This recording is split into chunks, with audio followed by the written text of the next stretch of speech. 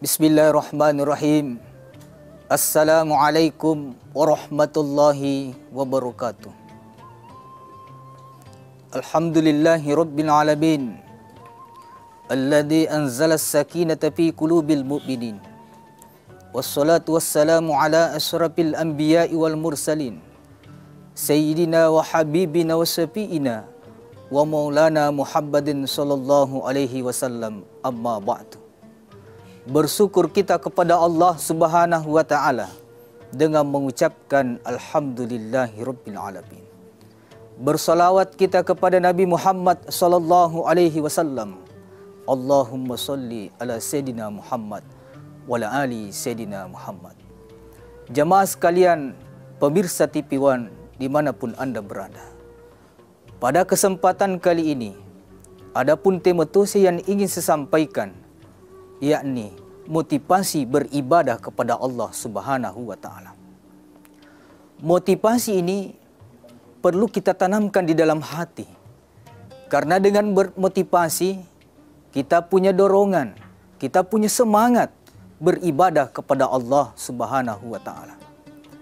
Apa motivasi beribadah kepada Allah Subhanahu wa taala? Yang pertama, karena ada pahala yang dijanjikan oleh Allah Subhanahu wa taala setiap amal yang kita lakukan. Dan setiap amal yang kita lakukan memiliki keutamaan. Sehingga inilah yang memotivasi kita untuk beribadah kepada Allah Subhanahu wa taala. Apakah itu ibadah wajib maupun ibadah sunnah? Misalkan ibadah wajib, melaksanakan solat. Apa yang memotivasi kita untuk melaksanakan ibadah solat 5 waktu ini? Sesuai dengan sabda Rasulullah sallallahu alaihi wasallam, di mana yang telah dituliskan dalam kitab Irsyadul Ibad. Sabda Rasulullah sallallahu alaihi wasallam, "Man hafaza 'ala shalah", barang siapa yang menjaga solat 5 waktunya, akramallahu bihamsihi shalah, Allah akan memberikan 5 kemuliaan. Kemuliaan yang pertama diberikan oleh Allah, orang yang selalu menjaga solat 5 waktunya, yurfa'u anhu diku ais. Dia akan diangkat kesempitan hidupnya. Dia akan diberikan kebahagiaan, lapang dalam hidupnya. Jemaah sekalian yang dirahmati oleh Allah Subhanahu wa ta'ala. Kadang kita melihat ada orang tua yang baru saja melaksanakan sholat berjamaah di masjid. Lantas kemudian kita tanya, "Pak, bagaimana keadaan Bapak?" Orang tua ini menjawab, "Alhamdulillah, baik-baik saja." Padahal ketika kita melihat kehidupan sehari-harinya, hidupnya sederhana. Bahkan bisa dikategorikan orang miskin, tetapi dia mampu mengucapkan rasa syukur kepada Allah Subhanahu wa taala karena dia menjaga salat 5 waktunya, sehingga rasa sempit di dalam hatinya itu dihilangkan oleh Allah. Karena sebenar-benarnya kekayaan adalah kekayaan yang ada di dalam hati kita. Kita mampu bersyukur kepada Allah Subhanahu wa taala. Justru sebaliknya, orang yang tidak menjaga solat 5 waktunya, maka dia akan disempitkan kehidupan dunianya. Diibaratkan ada orang kaya, kita temukan di tengah jalan. Kita tanyakan, "Pak, bagaimana keadaan Bapak?" Orang kaya menjawab, "Saya ini selalu pusing, selalu stres." Padahal, kenapa Bapak selalu stres? Padahal ketika dilihat kehidupan sehari-hari Bapak ini orang kaya, rumahnya mewah, mobilnya banyak, usahanya bagus. Kenapa kita selalu stres? Apa maksud daripada ini? Memang dia disempitkan hatinya oleh Allah Subhanahu wa taala karena dia tidak menjaga salatnya. Kemudian kemuliaan yang kedua yang diberikan oleh Allah Subhanahu wa taala, orang yang menjaga salat 5 waktunya, wa azabul kabri. Dia akan dihindarkan dari siksa kubur. Jamaah sekalian yang dirahmati oleh Allah, ketika nantinya kita meninggal dunia, semua pengantar kita sudah kembali di rumah, maka datanglah dua malaikat Allah, yakni malaikat Munkar dan Nakir. Apa pertanyaan Munkar dan Nakir kepada kita? Marabbuka, siapa Tuhanmu? Tentu pada saat itu bukan mulut ini, bukan lisan ini yang menjawab pertanyaan Munkar dan Nakir, tetapi yang menjawab adalah anggota tubuh kita, tangan kita yang menjawab. Orang yang baik sholatnya akan menjawab takbir kita, Allahu Akbar. Makanya firman Allah Subhanahu wa Ta'ala di dalam Al-Quran surah Yasin ayat 65. Al-yawma nahtimu ala afwahihim. Pada hari itu mulut ini terkunci, mulut ini tertutup. Wa tukallimuna aydihim, tangan kita ini yang akan berbicara. Wa tashhadu arjuluhum bima kanu yaksibun, kaki ini menjadi saksi terhadap apa yang kita lakukan.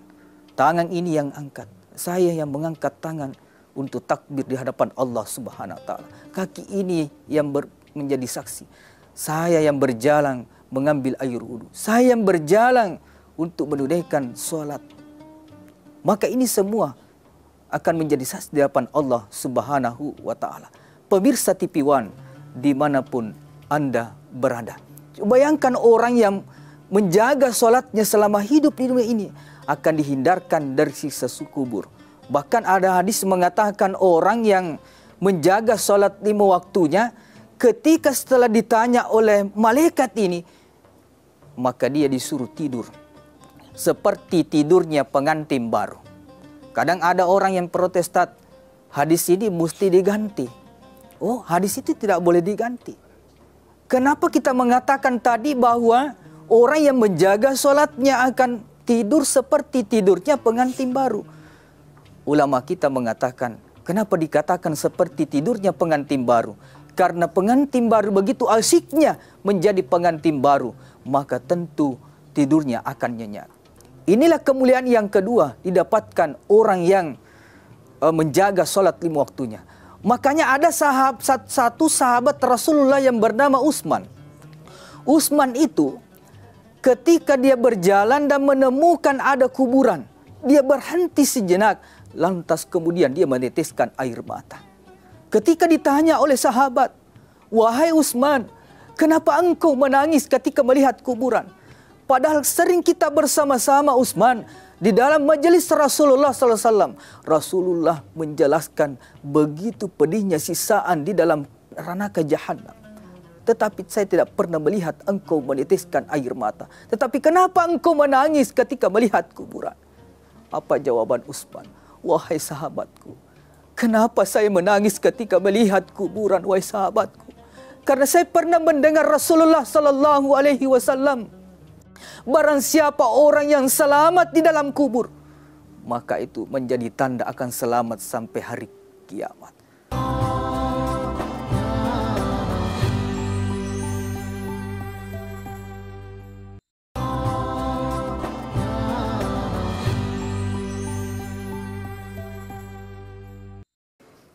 Dan sebaliknya, barang siapa orang yang mendapatkan sisa di dalam kubur, maka itu menjadi tanda akan mendapatkan sisaan sampai hari kiamat. Inilah yang membuat saya menangis, wahai sahabatku. Apakah nantinya saya ini termasuk orang yang selamat di dalam kubur, ataukah orang yang mendapatkan sisaan di dalam kubur?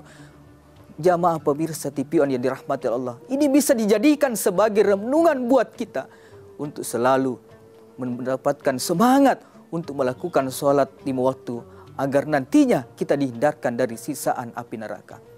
Kemudian kemuliaan yang ketiga, kita dapatkan orang yang menjaga sholat 5 waktunya. Wa yu'ti'ullah kitabahu biyamini. Dia akan mendapatkan kitab amalnya dengan tangan kanannya. Ketika kita mendapatkan kitab amal atau buku amal kita dengan tangan kanan, itu menandakan kita dimasukkan surga Allah Subhanahu wa Ta'ala. Kemudian kemuliaan yang keempat diberikan oleh Allah. Wa yamurru 'ala sirat kal barqi. Dia akan melewati satu titian seperti kilat, seperti cahaya. Kemudian yang kelima dia dapatkan wa yadkhulul jannata bighairi hisab. Dia akan dimasukkan surga Allah Subhanahu wa taala tanpa hisab, tanpa ditanya. Makanya orang yang menjaga salat 5 waktunya, kata Rasulullah, as-salatu biftahul jannah. Salat itu adalah kunci surga. Jemaah sekalian yang dirahmati oleh Allah Subhanahu wa taala. Inilah motivasi pertama kita untuk selalu melaksanakan perintah Allah Subhanahu wa taala. Kemudian yang kedua, ibadah wajib yang kedua mengeluarkan zakat. Apa motivasi kita untuk selalu mengeluarkan zakat? Yang pertama, zakat itu makna daripada zakat adalah ziyadah. Artinya bertambah. Harapan kita untuk mengeluarkan zakat agar nantinya rezeki kita semakin bertambah. Ketika dalam majelis Rasulullah sallallahu alaihi wasallam, ada sahabat bertanya, "Wahai Rasul, apa yang mesti kami lakukan sehingga rezeki kita semakin ditambahkan oleh Allah?" Pada saat itu Rasul menjawab, "Tanya Utsman." Karena Utsmanlah ini orang yang terkaya di antara sahabat. Utsman menjawab, "Serilah mengeluarkan zakat harta kita." Yang kedua, motivasi kita untuk selalu mengeluarkan zakat. Mari kita dengarkan firman Allah Subhanahu wa taala dalam surah At-Taubah ayat 103. Khuz bin amwalihim shadaqatan. Ambillah dari harta mereka untuk dizakatkan. Apa tujuannya zakat itu? Witakhirhum wa tuzakkihim biha. Untuk membersihkan lagi, menyucikan. Jadi tujuan daripada zakat itu untuk membersihkan harta yang kita miliki. Untuk membersihkan diri kita ini. Itulah hikmah daripada mengeluarkan zakat. Sehingga memotivasi kita untuk selalu mengeluarkan zakat. Kemudian yang ketiga, motivasi kita untuk selalu melaksanakan ibadah di sisi Allah. Termasuk amalan sunnah, yakni bersedekah. Apa motivasi kita untuk selalu bersedekah di jalan Allah Subhanahu wa taala? Pertama, firman Allah Subhanahu wa taala di dalam Al-Qur'an, surah Al-Baqarah ayat 261. Madalul ladzina yunfikuna amwalahum fi sabilillah. Perumpamaannya orang menginfakkan hartanya di jalan Allah. Kamazali habbatin ambatas sab'ah sanabila fi kulli sumbulatin mi'atu habbah. Diibaratkan orang yang menanam satu biji yang dia tanam akan tumbuh memiliki 7 tangkai. Dan setiap tangkainya 100 buahnya. Coba bayangkan, Masya Allah, orang yang mengeluarkan zakatnya, orang yang berimpak, 1000 kita infakkan, maka akan dibalas oleh Allah Subhanahu wa taala menjadi 700 kali lipat. Wallahu yudha'ifu liman yasha. Bahkan bisa lebih banyak daripada itu. Bisa 1000 saja kita infakkan, dibalas oleh Allah Subhanahu wa taala menjadi jutaan, menjadi 100 juta, menjadi miliaran. Tergantung siapa yang dikehendaki oleh Allah Subhanahu wa taala. Maka jamaah sekalian dirahmati oleh Allah, ketika kita bersedekah, makanya kita menginginkan sedekah itu dilipat gandakan oleh Allah Subhanahu wa taala, harus disertai dengan hati yang ikhlas, hati yang tulus ketika kita bersedekah. Jamaah pemirsa TV One dimanapun Anda berada. Kemudian apalagi hikmah daripada orang yang selalu bersedekah? Yang kedua ini adalah kita dihindarkan, dijauhkan dari penyakit. Ketika Rasulullah sallallahu alaihi wasallam ditanya, "Wahai Rasul, apa yang mesti kita lakukan sehingga dijauhkan dari penyakit oleh Allah Subhanahu wa taala?" Rasulullah sallallahu alaihi wasallam menjawab, "Seringlah bersedekah. Dawu mardakum bisedekah." Obatilah orang yang sakit di antara kalian dengan sedekah. Jadi orang yang selalu bersedekah, insya Allah akan dijauhkan dari penyakit oleh Allah Subhanahu wa taala. Kalaupun ada penyakit yang diberikan oleh Allah, maka penyakitnya itu menjadi penebus dosa. Maka inilah memotivasi kita untuk selalu bersedekah agar nantinya kita dijauhkan dari penyakit-penyakit oleh Allah Subhanahu wa taala. Kemudian apalagi hikmah daripada sedekah ini? tentunya insya Allah kita akan dijauhkan dari bala oleh Allah Subhanahu wa taala. Orang yang rajin bersedekah maka akan dijauhkan dari musibah-musibah yang akan diberikan oleh Allah Subhanahu wa taala. Kalaupun akan diberikan musibah oleh Allah Subhanahu wa taala, tentunya musibah itu akan menjadi ujian baginya. Inilah motivasi kita untuk selalu bersedekah di jalan Allah Subhanahu wa taala. Kemudian motivasi selanjutnya, kenapa kita ingin beribadah kepada Allah Subhanahu wa taala? Yakni karena kita ingin mendapatkan cinta Allah Subhanahu wa taala. Kita ingin mendapatkan ridho Allah Subhanahu wa taala. Yang namanya ridho Allah Subhanahu wa taala, kita akan menginginkan kerelaan Allah. Kita menginginkan ibadah yang kita lakukan diterima di sisi Allah Subhanahu wa taala. Firman Allah di dalam Al-Quran surah Ad-Duha ayat 5. Wala sawfa yu'tika rabbuka fatarda. Dan sungguh hendak, niscaya nikmat yang diberikan oleh Allah Subhanahu wa taala, karunia yang diberikan oleh Allah Subhanahu wa taala kepada kalian, sungguh akan membuat kalian menjadi orang yang puas. Karunia yang diberikan oleh Allah Subhanahu wa taala di dalam tafsir Al-Misbah dikatakan bahwa kita akan mendapatkan kebaikan, kita akan mendapatkan kebahagiaan di dunia dan akhirat karena kita menginginkan ridha Allah Subhanahu wa taala. Ketika kita beribadah kepada Allah, salat, mengeluarkan zakat, bersedekah dan amalan-amalan lainnya, kita mengharapkan ridha Allah Subhanahu wa taala. Tentunya ibadah yang kita lakukan adalah ibadah yang berkualitas, ibadah yang diterima oleh Allah Subhanahu wa taala. Bukan hanya beribadah kepada Allah Subhanahu wa taala karena ingin menggugurkan saja kewajiban, melakukan salat ingin menggugurkan kewajiban, tetapi kita melakukan salat, kita memperhatikan daripada ketiga rukun salat yang ada, baik rukun fi'liyahnya, baik rukun qauliyahnya, begitu pula dengan rukun qalbiyahnya. Kita akan memperhatikan bagaimana kehusukan kita dalam salat. Kita memahami makna dari bacaan-bacaan salat yang kita lakukan karena kita menginginkan ibadah salat kita berkualitas di sisi Allah Subhanahu wa taala.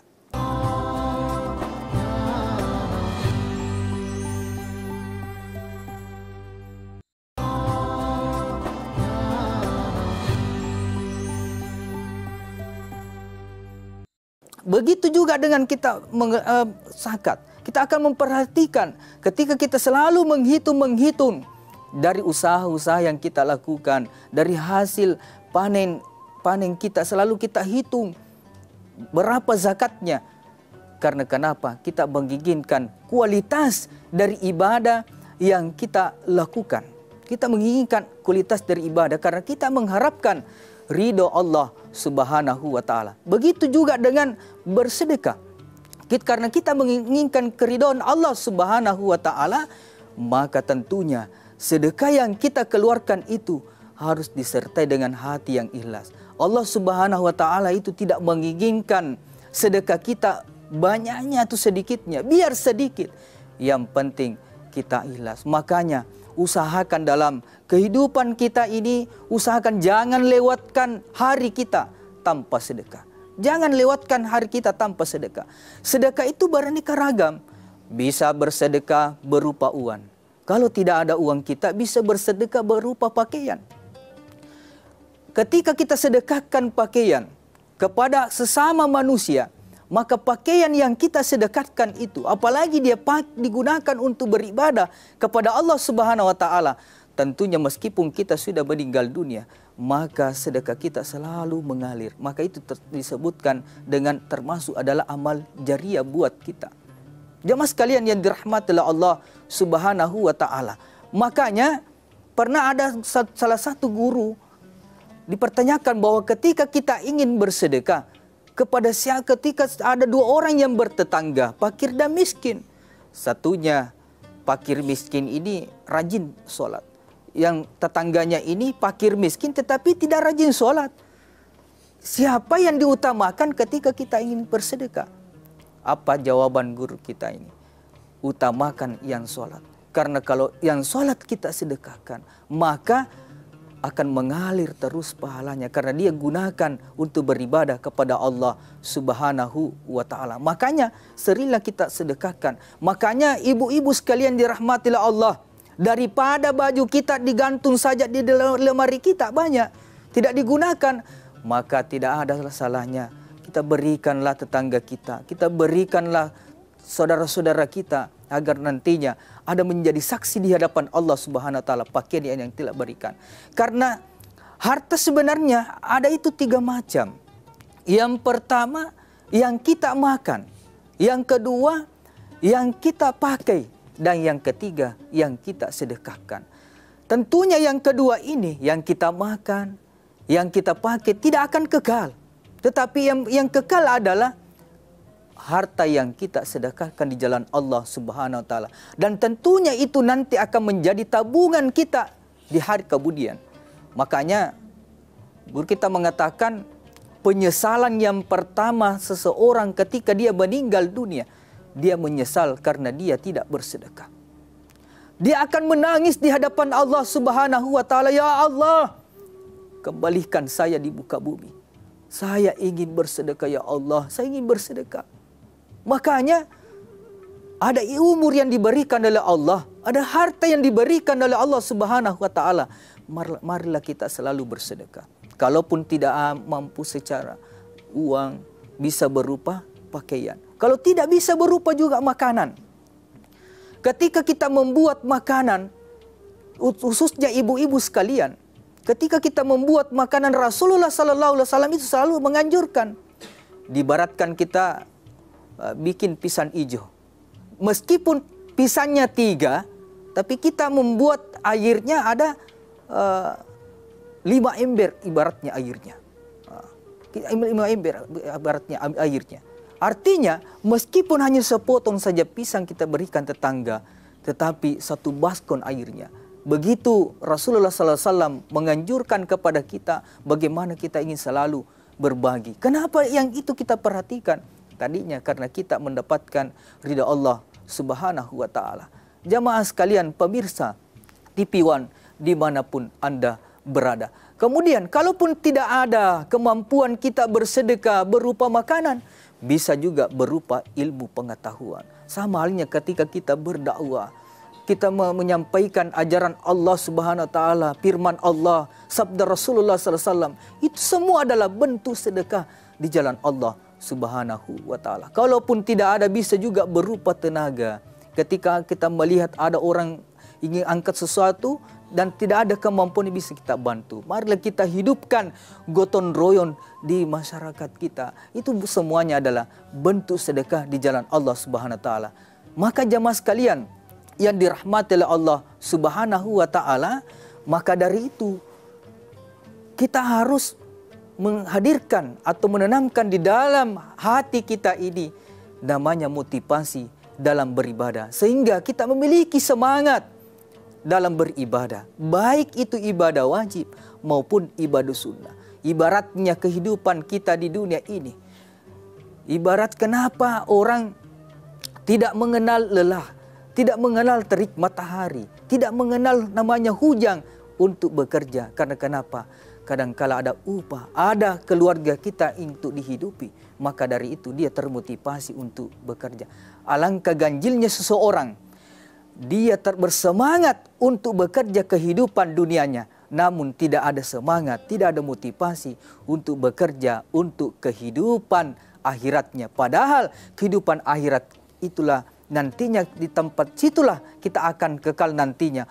Orang yang tidak ada bekalnya di hidup di dunia ini, baik ibadah wajibnya begitu pula dengan ibadah sunnahnya, maka nantinya di hari kemudian dia akan menggigit jari. Di hari kemudian tentunya penyesalan yang akan muncul di hadapan Allah Subhanahu wa taala.